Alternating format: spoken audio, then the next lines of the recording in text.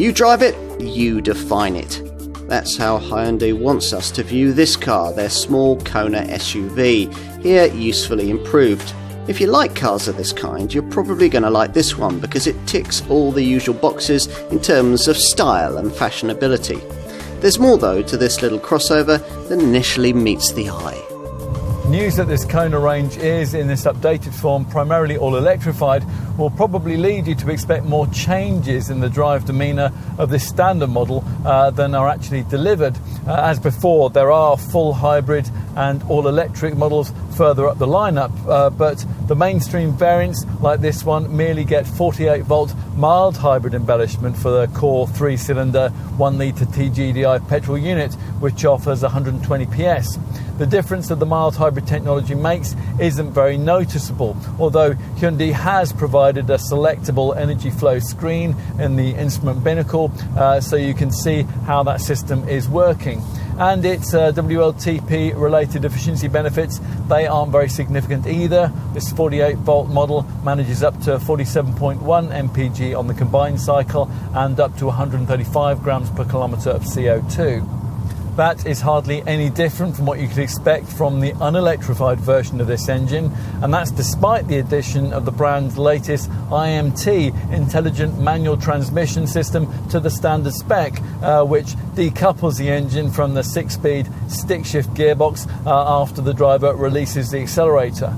For bigger efficiency gains, you'll need to be looking at the Kona Hybrid, which uses a 4-cylinder 1.6 litre GDI petrol engine mated to a 32 kilowatt electric motor powered by a lithium-ion polymer battery.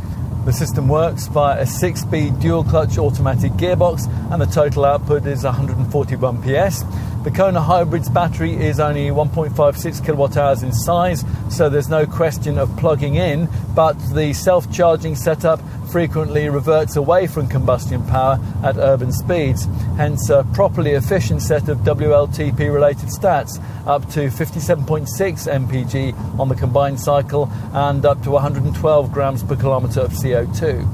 To do better, you'll need the full EV, the Kona Electric, and that's available in a choice of forms with a 39 kilowatt hour battery up to 189 miles as possible between charges, and that's a figure you can extend to 300 miles with a 64 kilowatt hour battery variant.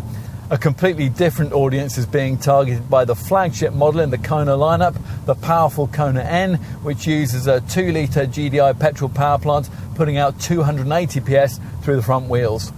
A car of this kind has to evoke a reaction from you. That's part of the point of it. And the Kona has always done that with its muscular toning, sensuous surfaces and high contrast fender cladding. With the initial version though, all of that was a bit, well, in your face, a touch unsubtle. Now the look is far more cohesive, gym-toned and confident. This is how you do a facelift. Well, it's certainly more sophisticated for sure. Through the steering wheel, you now view a 10.25-inch screen with virtual dials, while provided you avoid entry-level trim, there's a vastly bigger central infotainment screen, also 10.25 inches, which is full of features that Kona folk will never have had access to before. Hyundai's tried to emphasise the dashboard's horizontal layout by separating this lower console area from the instrument panel, and a range of little trimming touches attempt to improve the cabin ambience. There is still a lot of black plastic though, and little of the extrovert vibe which characterises the bodywork. Some would hope for a slightly more commanding driving position perhaps in a car which characterises itself as an SUV after all. On the plus side, the seats are reasonably comfortable and there's also plenty of storage space. It's also easy to find a comfortable driving position. That's thanks to lots of wheel and seat adjustment. And in the rear, well, it's in this part of the car that you're most likely to be reminded keenly that you've bought an SUV from the compact rather than the mid-sized class. As it turns out, it's not too bad in here for the carriage of two folk, provided they're not especially lanky of leg. If they are, then compromises will have to be made by the front seat occupants to accommodate them.